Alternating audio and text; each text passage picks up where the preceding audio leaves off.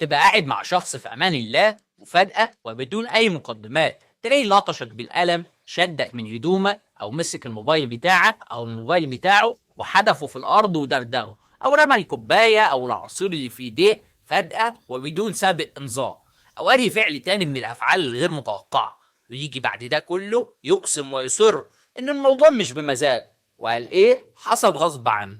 تراني تأسفت لحظه، هبكي وارجع لك على طول.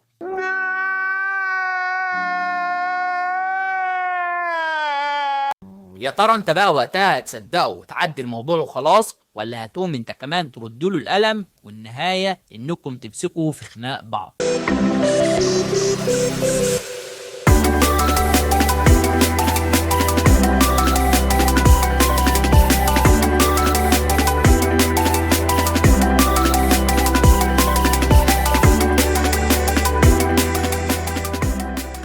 للأسف يا صديقي أنت هتصدقه، ولكن في حالة واحدة بس، ألا وهي لو عرفت بعد كده إنه مصاب بمرض نادر وغريب جدا بيتصاب بيه عدد قليل من الأشخاص اتعدوا على الصواب، ألا وهو الإيليان هاند سندروم، أو متلازمة الإيد الغريبة والفوضوية.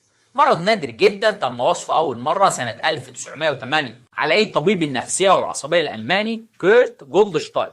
اسم كده تحس طالع من بطنك لبره على طول، اسم ألماني بصحيح. أما بقى السبب الفعلي للمرض وبيحصل ليه فمش متأكدين منه، ولكن مجموعة من الدكاترة بيرجحوا إن هو جزء من متلازمة أكبر اسمها الكورتيكو بيزا سندروم، ودي متلازمة عصبية ويحصل فيها خلل وضمور لمنطقتين اتنين من مناطق الجهاز العصبي المركزي.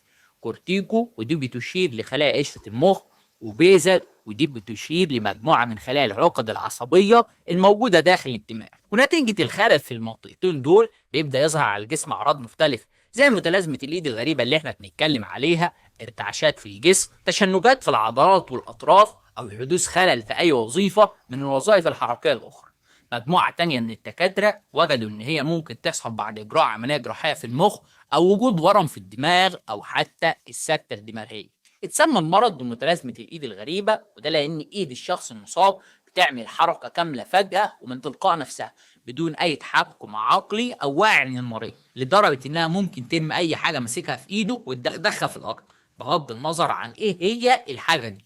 وقتها بيحس المريض بالغرابة الشديدة، وإن الإيد اللي اتحركت دي مش إيديه، ولكن إيد شخص تاني بعقل منفصل هو اللي بيتحكم فيه. ولان المرض ده من الامراض النادره وما يسمعش عنه غير عدد قليل من الاشخاص، واللي انت منهم طبعا يا صديقي علشان بيتبعك، فاول ما بيصيب المريض بيسبب له خوف شديد جدا، ممكن كمان يسبب حيره للطبيب المعالج، وممكن يعمل له مشاكل مع الاشخاص اللي حواليه. وده ان الموضوع ممكن يتطور في بعض الاحيان لسلوكيات تهدد الافراد زي شد الشعر او قطع الملابس او التعدي والضرب، وممكن كمان يوصل الموضوع لحد الخنق. اما بقى الخبر السيء في الموضوع هو ان لحد دلوقتي مفيش اي علاج نهائي للمرض، وكل الوسائل المتاحه هي مجرد محاولات للتحكم في الحركه او التقليل منها، زي استخدام الايد المصابه في الانشطه المختلفه لمحاوله تشتيتها عصبيا، او الاعتماد على المهدئات لتقليل نشاط الجهاز العصبي.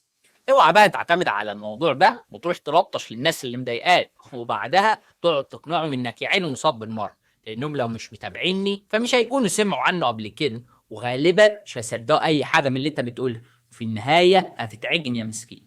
انا الدكتور مصطفى رحانه، ما تنساش اللايك والفولو عشان تشوف الفيديوهات الجايه. دكتور بيست، دكتورك المفضل. سلام.